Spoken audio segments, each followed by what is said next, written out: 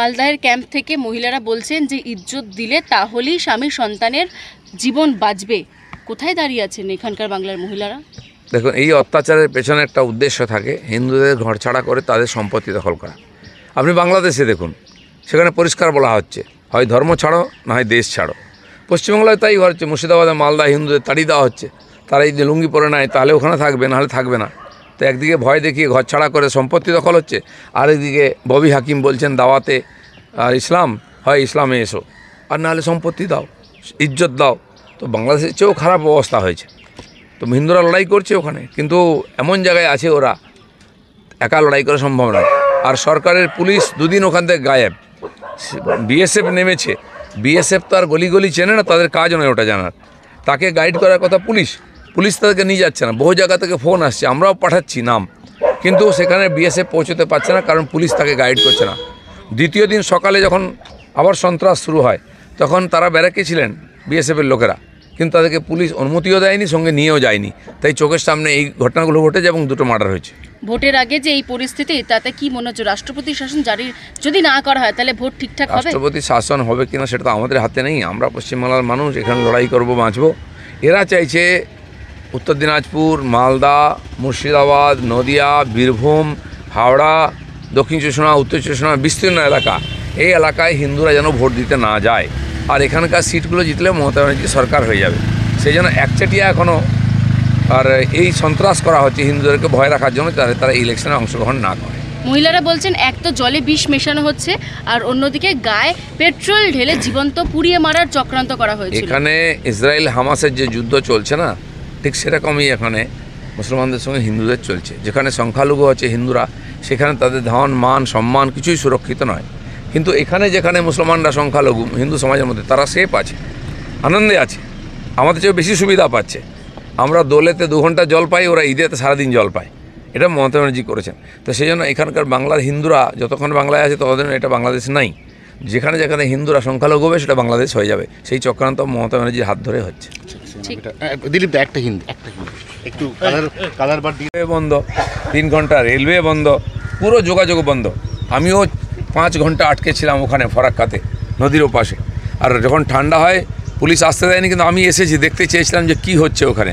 আমি রাত 9টার পরে যখন বেরোই ফরাক্কা থেকে, 10টার সময় আসি ওখান থেকে, ডাকবাংলার মোড়, ধুলিয়ান, সাজির মোড় পার হচ্ছি, চারিদিকে গাড়ি জ্বলছে, রাস্তার ধারে আগুন জ্বলছে, দোকান ভেঙে দেওয়া হয়েছে, দোকান জ্বালিয়ে দেওয়া হয়েছে, ভয়ঙ্কর পরিস্থিতি।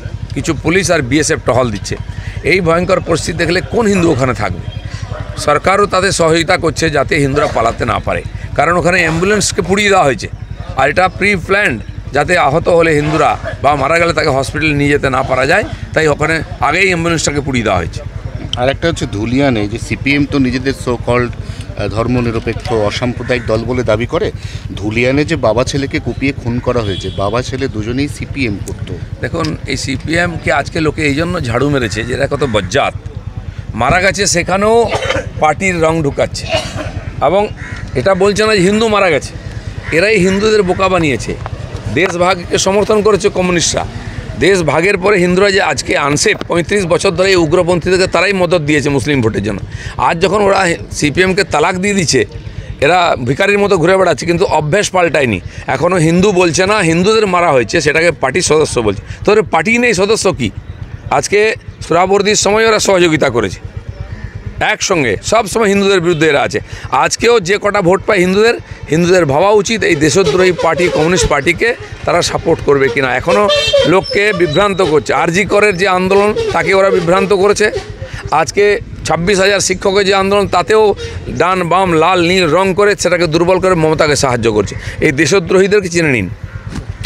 দেশভাগের পর আর কোনোদিন কখনো এইভাবে পশ্চিমবঙ্গের ওপর থেকে এক জায়গার মানুষকে আপনি অন্য জায়গায় শিফট হতে দেখেছেন প্রাণের ভয়? এটা কাশ্মীরে হয়েছিল। কাশ্মীরের লোকেরাই ভারতবর্ষের মধ্যে উদ্বাস্ত হয়েছিল। আমরা সারা দুনিয়া দেখি লড়াই যুদ্ধ হোক, যাই হোক, দেশ ছেড়ে লোকে অন্য দেশে যায়। আজকে প্যালেস্টাইনে হচ্ছে, সিরিয়াতে হচ্ছে। কাশ্মীর এক সময় ছিল, আজ কাশ্মীরের লোক কাশ্মীর ছেড়ে কোথাও যাচ্ছে না, ফিরছে। কিন্তু পশ্চিমবাংলার লোক পশ্চিমবাংলার এক জেলা থেকে অন্য জেলায় যাচ্ছে বা পশ্চিমবাংলার বাইরে চলে যাচ্ছে। এটা 21 সালে ইলেকশনের পরেও দেখেছি, বহু লোক বাংলা ছাড়া হয়েছে। আর এখন মুর্শিদাবাদের লোক মালদাতে, নদিয়াতে চলে যাচ্ছে বা অন্য জায়গায় আত্মীয়র বাড়ি চলে যাচ্ছে। তো আজকে দেশ ভাগের চেয়েও ভয়াবহ পরিস্থিতি। বাংলাদেশ থেকে হিন্দুরা পালিয়ে আসছে অত্যাচারের ভয়ে পশ্চিমবঙ্গে, এটা ঠিক আছে, কিন্তু মুর্শিদাবাদের হিন্দুরা পালিয়ে যাচ্ছে অত্যাচারের ভয়ে মুর্শিদাবাদ ছেড়ে অন্য জেলায়, এটা অভিনব। আর ভারতবর্ষে এটা আমরা কল্পনা করতে পারি না। তার মানে কি ভারতবর্ষের সব জায়গায় সংবিধান লাগু নেই, সুপ্রিম কোর্ট চলে না, সেন্ট্রাল গভর্নমেন্টের কি ওখানে হাত নেই? এটা এখানে এমন একটা সরকার হয়েছে দেশদ্রোহী সরকার, যে দেশের আইন কানুনই মানে না, দেশের নাগরিকরা যেখানে সেফ নেই। হ্যাঁ, কিন্তু উনি তো দেশের আইন মানবেন না বলেই দিয়েছেন, কারণ উনি বলেছেন এই রাজ্যে উনি ওয়াক অফ অ্যামেন্ডমেন্ট আইন চালু হতে দেবেন না। উনি তাহলে না, উনি তো অনেক কিছুই বলেছেন। উনি বলেছিলেন সিএ লাগু হতে দেবেন না, কি করতে পেরেছেন? উনি কিছু বোকা লোককে বোকা বানান বারবার। আমরা ডিমন্ডিশন হতে দেবো না, আমরা 370 ধারা হতে দেবো না, হাঁটাতে দেবো না, 3 তালাক হাঁটাতে দেবো না, সব বলেছেন উনি। এখনও সেই কথাই বলে, ওনার কিচ্ছু করার ক্ষমতা নেই। ওনার পার্টিতে ওনার কথা চলে না, ওনার সরকারে ওনার কথা চলে না। কিন্তু এই যে উগ্রপন্থীদেরকে বাংলাদেশ থেকে ঢুকিয়ে তাদের দিয়ে লুটপাট করানো হচ্ছে, সুযোগ পেলেই কিছু এলাকায় তারা রাস্তায় নেমে হিন্দুদের সম্পত্তি নষ্ট করছে, মন্দির ভাঙছে, মহিলাদের উপর অত্যাচার, খুন খারাপি করছে। এটাই হচ্ছে সবচেয়ে চিন্তার বিষয়। আর এটাই যদি চলতে থাকে সত্যি সত্যি পশ্চিমবাংলাটা পশ্চিম বাংলাদেশ হয়ে যাবে। হ্যাঁ, কিন্তু রাজীব কুমার তো আজ মানে সাম্প্রতিক ঘটনাগুলোকে ইগনোর করছেন, আনদেখা করছেন, করে বলছেন সব পিসফুল সে আছে। তো রাজা যত বলে পারিষদ দলে বলে তার শতগুণ। এরাই তো এই বাংলার হিংসার দুর্নীতিকে চালিয়ে রেখেছে। এদের তো জেলে যাওয়া উচিত। তার একটাই যে মমতা ব্যানার্জি তাকে জেল থেকে বাঁচিয়েছেন, সে যা বলবে তাই করবে। এই ধরনের অফিসারের উপরে কে ভরসা রাখবে? আর এরা সমাজ যারা অত্যাচার করছে উগ্রপন্থী, তার চেয়েও বেশি অপরাধী। কিন্তু এই অবস্থায় দাঁড়িয়ে বিশেষ করে মালদা এবং মুর্শিদাবাদ, যেটা অ্যাকচুয়ালি দেশভাগে বাংলাদেশে চলে যাওয়ার কথা ছিল, ওখানকার দুটো রাজ্য জেলা আমাদের এখানে ইনক্লুড হওয়ার কথা ছিল।